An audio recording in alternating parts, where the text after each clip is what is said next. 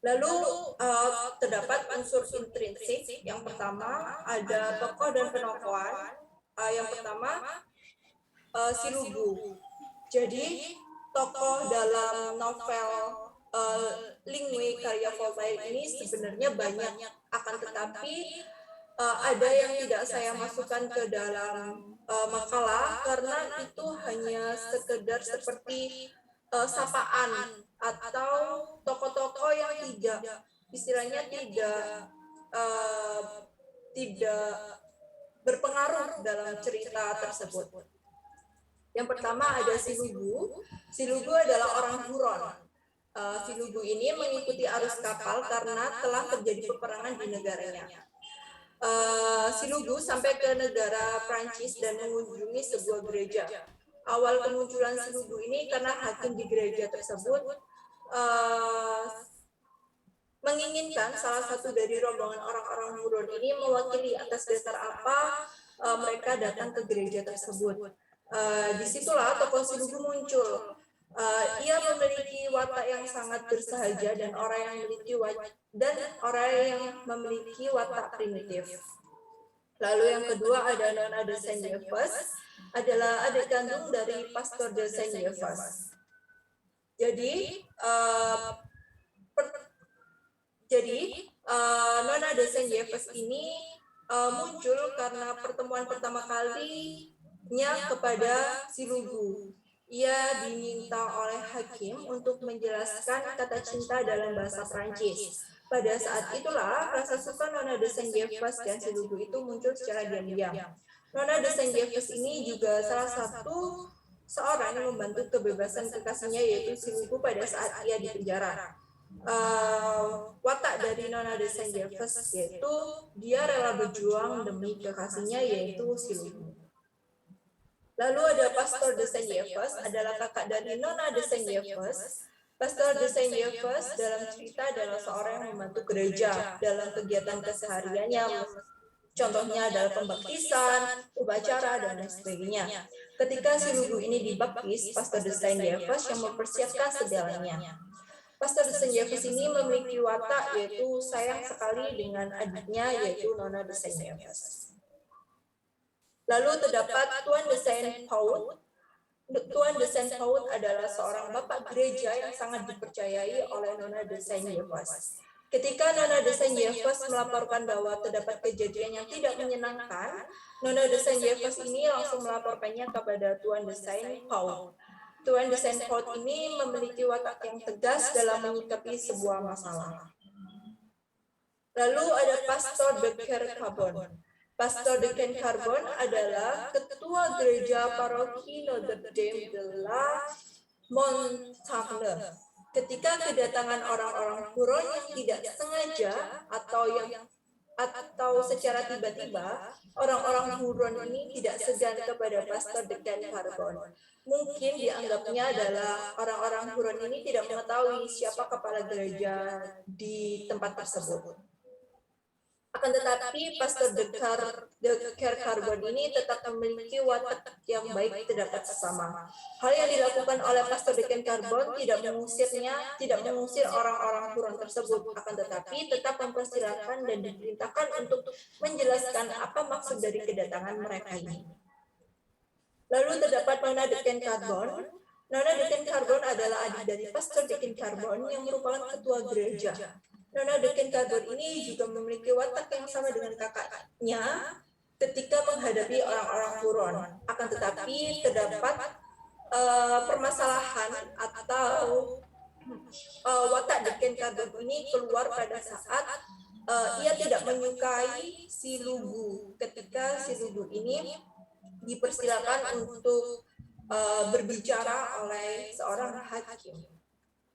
Lalu ada Pastor Claude Athaus, adalah seorang pastor yang bisa membebaskan si Lugu dari penjara.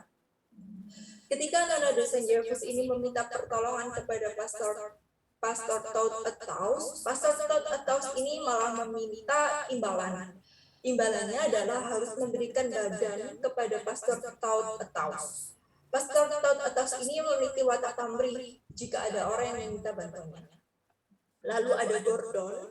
Gordon adalah orang yang telah dipenjara berpuluh tahun. Kemunculan Gordon ini pada saat si Lugu juga mendapatkan hukuman yang tidak masuk akal, sama seperti Gordon. Hukuman tersebut yaitu si Lugu harus dipenjara.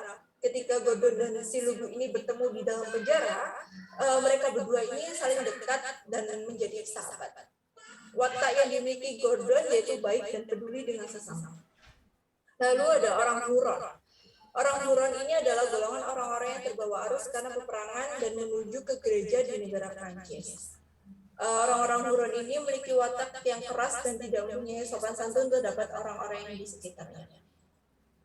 Lalu alur yang digunakan dalam novel Lingwe adalah alur maju di mana kejadian yang dialami dalam novel tersebut terus berkepanjangan sampai akhir cerita. Lalu terdapat amanat yang terdapat dalam novel Lingwe, yaitu janganlah ikut campur dalam kepercayaan akan agama yang dianut oleh masing-masing orang. Dan dimanapun kita berpijak, seharusnya kita tetap kokoh dengan kepercayaan dan jati diri kita masing-masing. Lalu pembahasan kedua adalah pandangan tokoh utama terdapat nilai sosial agama dan budaya masyarakat Prancis. Tokoh utama dalam novel Lingwe karya Voltaire ini adalah si Lugu, karena dari awal cerita sampai akhir cerita si Lugu lah yang menjadi pembahasan. Yang pertama kita akan membahas mengenai pandangan si Lugu. Saya akan membahas mengenai pandangan si Lugu terdapat agama Katolik. Jadi tokoh si Lugu ini tidak mempunyai kepastian bahwa apa sih agama yang ia peluk ketika ia berada di gereja. Ketidakpastian ini secara terus terang dikatakan oleh si Lugu ketika ia ditanya oleh hakim.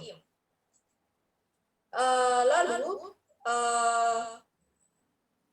Nona de Saint-Gervais ini mengusulkan ketika si Lugu tidak memiliki agama yang pasti, ia mengusulkan bagaimana kalau si Lugu ini ditaruh ke dalam agama Katolik. Agama Katolik adalah agama yang dianut di gereja tersebut.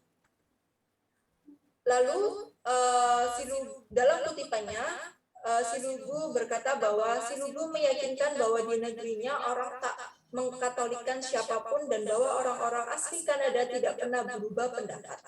Istilahnya adalah pendirian yang tidak tepat.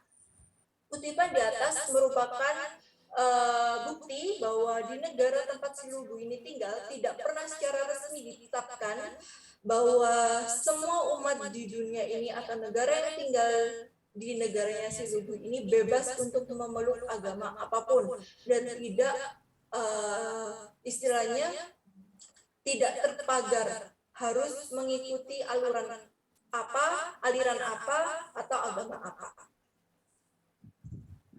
Lalu ketika si Lugu ini istilahnya 50-50% yakin akan masuk ke dalam agama Katolik, ia harus melaksanakan proses pembaptisan.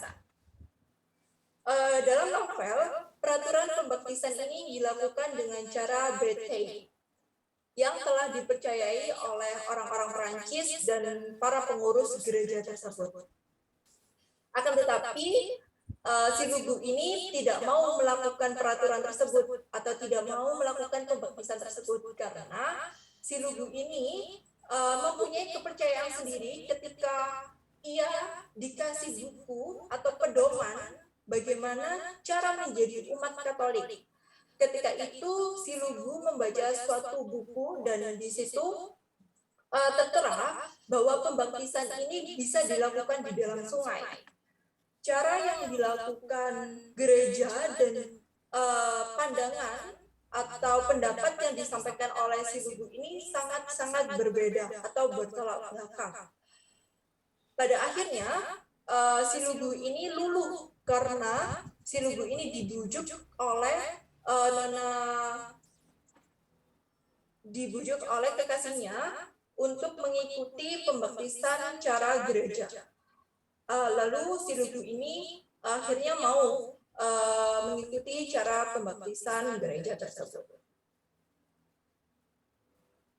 Lalu pandangan Silugu terdapat budaya.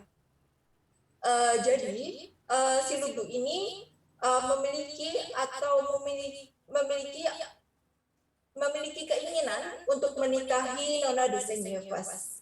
Akan tetapi Nona de Saint-Gervais ini menginginkan Silugu untuk meminta izin kepada kakaknya, kepada bibi dan kepada pamannya untuk menikahi Nona de Saint-Gervais. Akan tetapi Silugu ini tidak istilahnya tidak memenuhi persyaratan dari Nona de Saint-Gervais.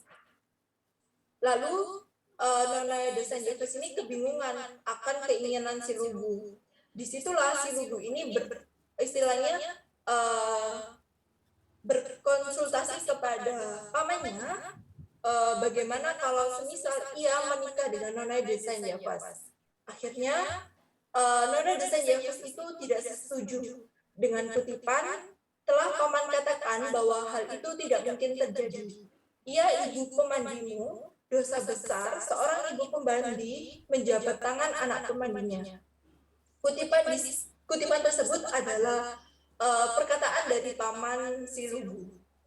Lalu lontaran paman Silugu ini pun dipatahkan oleh Silugu karena Silugu ini tidak percaya akan adanya peraturan yang mengikat seperti itu. Ketika Silugu ini mendapatkan istilahnya buku untuk bagaimana cara atau peraturan masuk atau mengikuti agama Katolik ini, di dalam buku tersebut tidak ada tulisan atau himbauan yang menyatakan bahwa seorang anak pemandi ini tidak boleh menikah dengan ibu pemandinya. Silugu mematahkan hal tersebut dan Silugu ini juga menolak dan Silugu ini juga mengancam pamannya jika semisal ia tidak dinikahkan oleh Nona de Saint-Gervais, ia akan membatalkan atau ia akan mengurungkan kalau ia adalah orang yang beragama Katolik. Dari situlah pemberontakan atau pandangan Silugu terdapat budaya dan agama yang sudah ada atau yang sudah dilestarikan oleh para penganut orang-orang Prancis itu tidak sesuai dengan apa yang ada di dalam pemikiran atau apa yang ada dalam buku yang sudah dibaca oleh Silugu. Maka dari itulah Silugu ini akhirnya dijebloskan atau dimasukkan ke dalam penjara terkait dengan perilaku dan sifatnya. Sekian presentasi dari saya.